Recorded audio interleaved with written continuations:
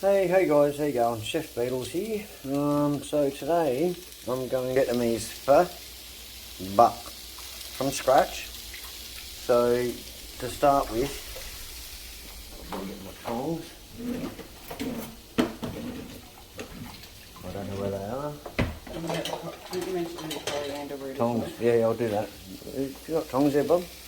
But anyway, so what I'm doing here is I'm char grilling some onion, some eschalots. I'll also char grill some fresh ginger and coriander roots as well, which I'll be using for the broth. I also have some beef neck and I have some shin steak. Also lime for later when we serve it, some spring onions which I'll also char grill. So just sort of show you the start process. I'll have to do these videos in sections because this soup actually takes 24 hours to cook. You don't let it get over 75 degrees, so 60 to 75 degrees for 24 hours. And you just let it cook and cook and cook. I can't wait until I can, it's going to take a whole day to show you this process. A whole 24 hours to show you this process, to be honest. But so you just want to get some good blackness on it. So use a good char grill like that. So we want to get some colour on these onions and eschalots first, both sides. Now this is this is the pho mix. Right. So it has whole star anise, whole coriander seeds, whole cinnamon, fennel seeds, cardamom, licorice, and cloves. This makes up to 10 litres. That's why I have this massive pot.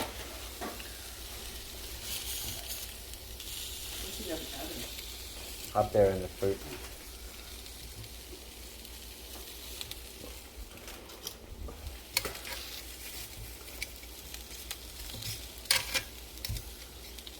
This should be way hotter.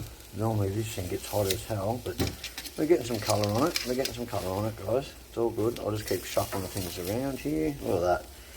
Beautiful. Yeah, no, that's not black enough. You actually want it like black, pretty much. Beautiful, beautiful.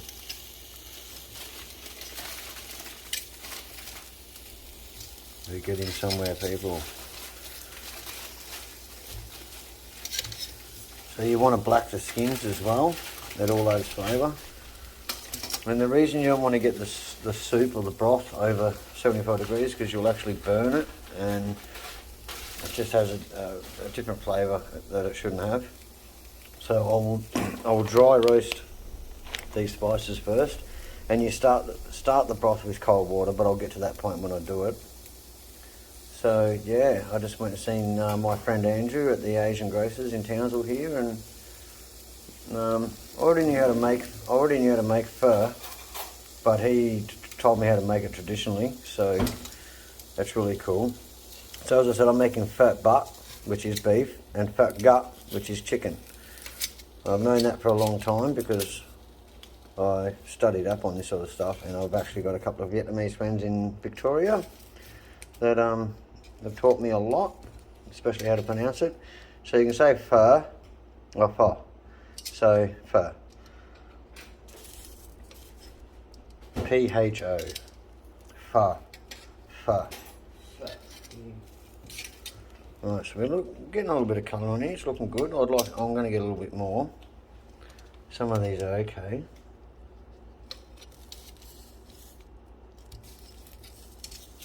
This pan normally gets red hot.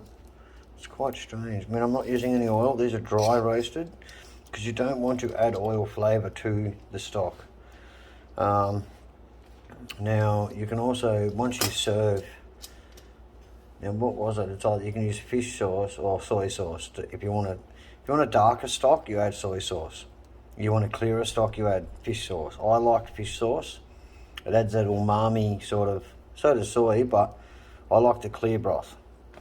So just going to keep roasting these off for a bit, guys.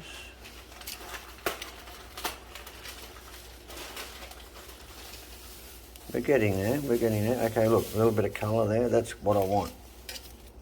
So I'll just keep shuffling these around. Sorry, I keep moving the camera. It's just hard to film and do movie stuff at the same time. But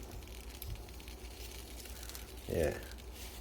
So this is going to be a epic video, or several videos, I should say. Now this is traditionally served in Vietnam as a breakfast, because by the time if they had it for lunch or in the afternoon, it's just too hot. You sweat. It's not a spicy soup at all by any means, but it's temperature-wise it is. I've got so many processes to take you through, because you know, I'll put the beef bones in first, the neck, when I start the boiling process. No, not boiling. When I simmer. But when it comes to the actual steak itself, you don't put that until at least the last 2 or 3 hours of the process, and then you refrigerate it and you slice it up, put that in the bottom of the bowl with the noodles. Now you can use vermicelli noodles. These are 5 mil. You can use these, or you can also use these rice flakes, which is what you get in Tom Yum Goong, and they curl up, as you can see on the front. But they're awesome. They're awesome. So we're using them. This is going to be so good. And so is your sandwich. Cindy's making some lunch while I'm waiting, so that's awesome. Thank you, Bob. And the other reason why you do this, apart from the flavour of the char, is it dries out the onions and that a little bit as well. You don't lose as much moisture. So as you can see, we're starting to get a good amount of colour on all these. So you just got to keep shuffling them around. Right, beautiful. So move him over. You can see, looking nut. That needs a little bit more. Put some more there. Okay. Oh, that's what you want. See there? That's what you're after. It just adds so much complexity to the broth than you would if you just added raw. It just wouldn't be the same at all. So yeah, it's a soup of love and a soup of labour. You just got to be passionate about your food, and if you really want top quality food, you will do it. If not, just go buy your packet powdered pho broth and then you're done. But it's just not the same at all. Looking quite good. There you go. Thank you, sweetheart.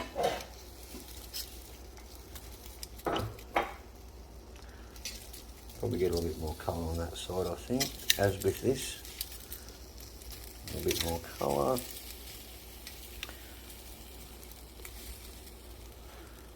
Alright, looking pretty good, I reckon.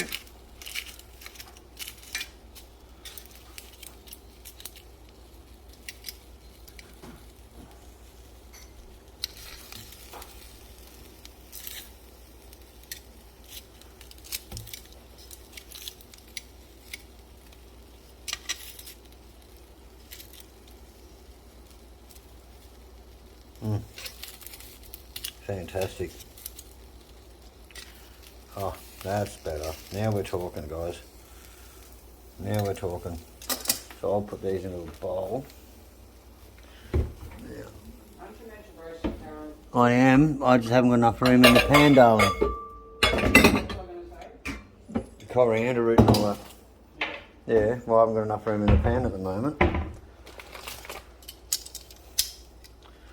So I'm just going to put these aside, each one that's ready.